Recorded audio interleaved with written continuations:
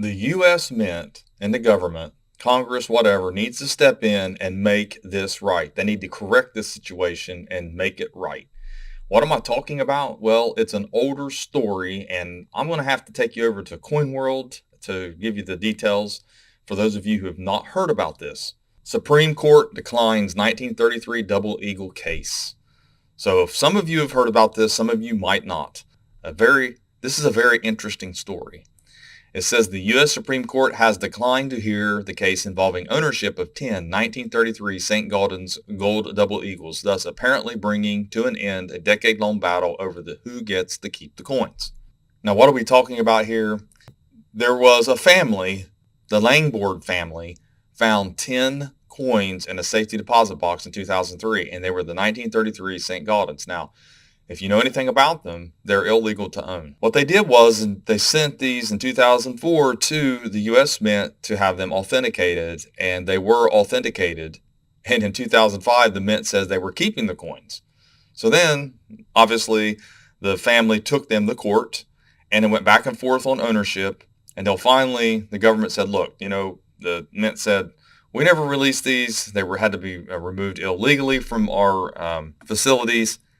Since we own them, we are confiscating them, and we're going to keep them. So this went on for 10 years, and the Supreme Court, like I said, has declined to review this case. To me, there should be a finder's fee at the least. Now, the government did allow the Farouk example to be sold. At least they thought that that's what it was, from that example, because it was determined to be illegal to own again, and then it resurfaced, and then they made a deal and was able to split this $7.9 million in a 2002 auction. Why can't they do the same thing for this family? At least sell one of them, split the proceeds with them, because they didn't have to turn these in.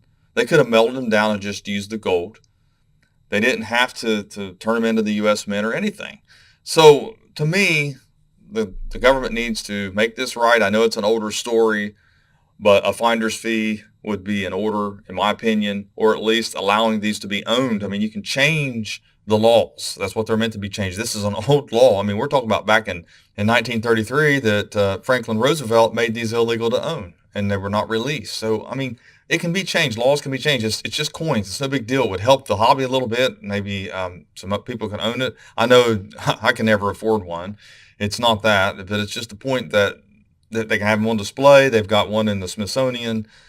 These could be sold, help the family out a little bit, donate them to charity, feed some hungry kids. I don't know, but the thing of it is that there's no sense in confiscating 10 coins that didn't have to be returned to you, and then, denying the people some type of finder's fee or doing something good with the coins. I mean, seriously. I mean, they're going to be worth, at least if you sell all 10 of them, they're going to sell for, 2 or 3 million a piece anyways, because it's going to lower the value. They're not going to sell for 7.9 million. It will lower the value of the coins, but at least they're still going to be worth some money. I don't know what you guys think, man. You tell me what you think in the comments. You can go over to CoinWorld and read the article on it. You can read the latest on it. It's just another example of, things not being conducted properly. And, another thing, there are a lot of coins that are out there that was not issued by the U.S. Mint and were probably removed illegally. And the 1913 V nickels, they should have never been produced.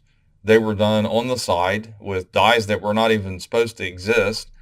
There's other examples of patterns and different coins out there that just are allowed to be owned, and they shouldn't mess with them. Just let it be. Let us have our hobby. Let us have the coins, because, ultimately our tax dollars paid for those coins. So change the laws. That's an old law that was done for a reason. We don't need to have it on the books anymore. Let people own these coins. Maybe more will even come out. So thanks for watching my latest video. Please subscribe to my channel and have a great day.